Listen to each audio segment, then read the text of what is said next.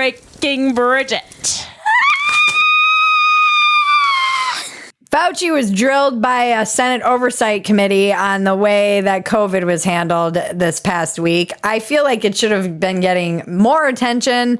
I'm sure if you are on the right, you got some of it. If you're on the left, you probably had no idea what was happening. There's so much that makes me mad about this. Like so many people, I myself am guilty of it. I've apologized many times, but I was like, what's the big deal? 2 weeks. And many people were like, you're crazy and I will never trust the government again or anyone. I didn't know. It seemed really bad in China. It seemed bad. I think they preyed on people being afraid and people really seeing all these images of body bags and people dying. And it seemed much worse in the beginning. And we didn't really know how bad it was in those early days. So I can forgive a lot of people for getting behind, when you're scared in like those moments, you don't really know who to turn to. You would hope that the government has a response that they've planned and that has some rational logic behind it. But what we're finding out in all these Senate Oversight Committee hearings is that there really wasn't. And if there was, it's all been buried because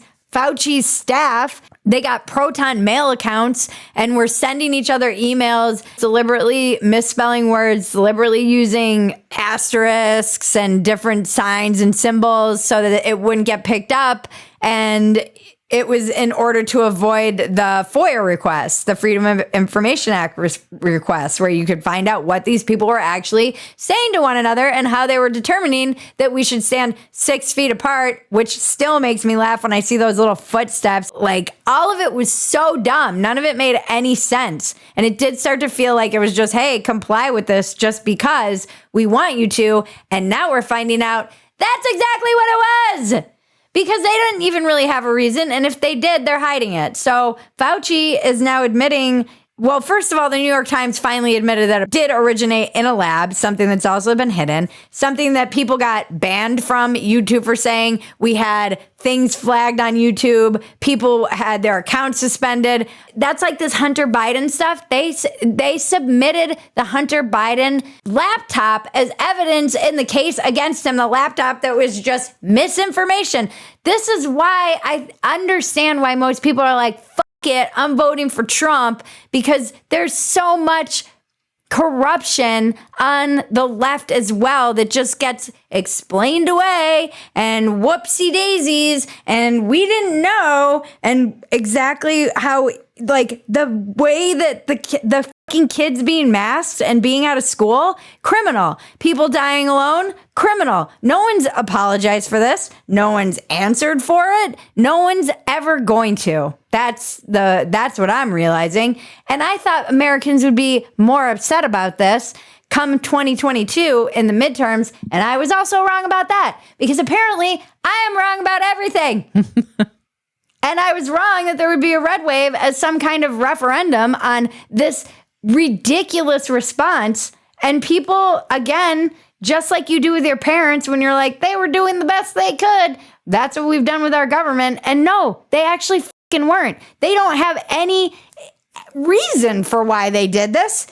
This is fucking insane. What they wouldn't admit at the time is that we probably couldn't do anything because it's a virus and it was aerosolized and masks don't work the way they do with other viruses, and standing 6 feet apart certainly isn't going to help. And it's certainly not going to help when you stand 6 feet apart and then go into a restaurant with your mask and then take it off so you can eat. Ridiculous, comical shit.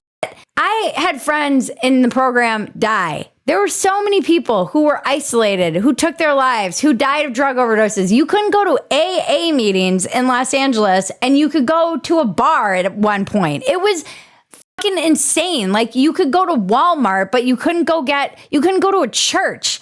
This was disgusting and sick, and we should all be infuriated. The thought of all these people dying alone. Again, all the talk about dehumanization. All of this stuff was dehumanizing. It was soul crushing to so many people. And by the way, we've never recovered from it.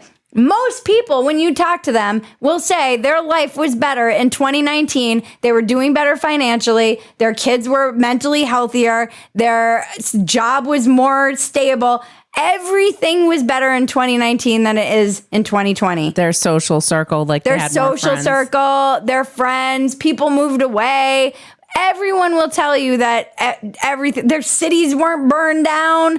They didn't have to lose trust in every fucking institution because now the racism is the real virus while their cities burn. Like, it was madness. And I understand the human brain's ability and necessity to kind of just push that out and keep moving forward. But no, Fauci should be held accountable. It is bullshit. This guy was like, we have a fucking candle of him.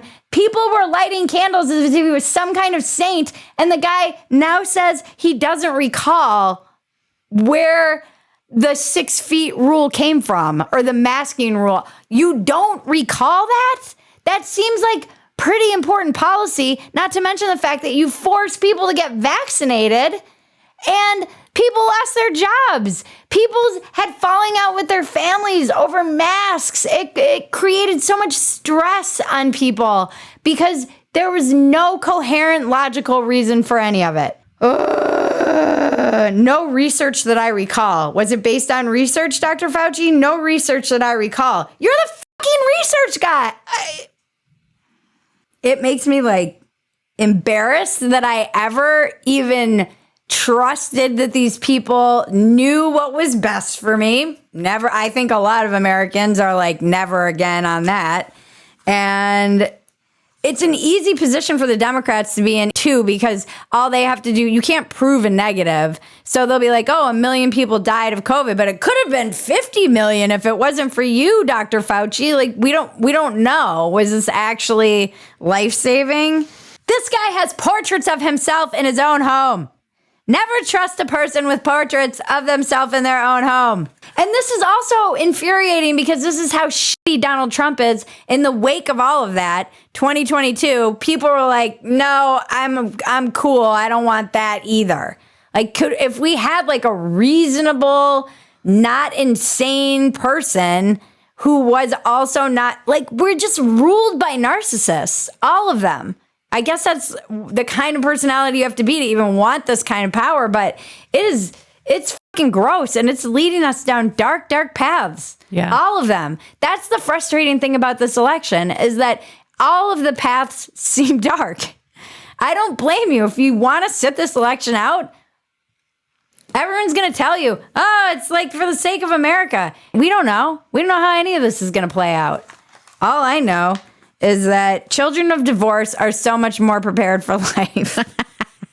Here at Phetasy, we are kicking off a fun summer challenge, the Touch Grass Challenge. If you want to join us and be a part of the community of people who are going out into the real world and living life as embodied humans, please sign up for our free newsletter at Phetasy.com and you will get the PDF. It's super easy. Just go to Phetasy.com, enter your email, and the PDF will come to you, and you can join us for the Touched Grass Challenge, and we will all share pictures and photos and adventures together, and it's going to be so much fun, and we're going to shore up our soul defenses before the craziness of the 2024 United States election. We're all going to need it. You've all heard me screaming women for years now, and I'm a big advocate for women in general and women's healthcare in particular. I love Quest's line of medical tests specifically focused on women's health issues. They offer a basic women's health profile test that gives you a snapshot of your current health and women's hormone tests, which are designed to identify imbalances associated with various health conditions, and specific tests for fertility, thyroid function, and even your menopause stage. This is all such important knowledge for women to have. They also have all kinds of other tests. If you're interested in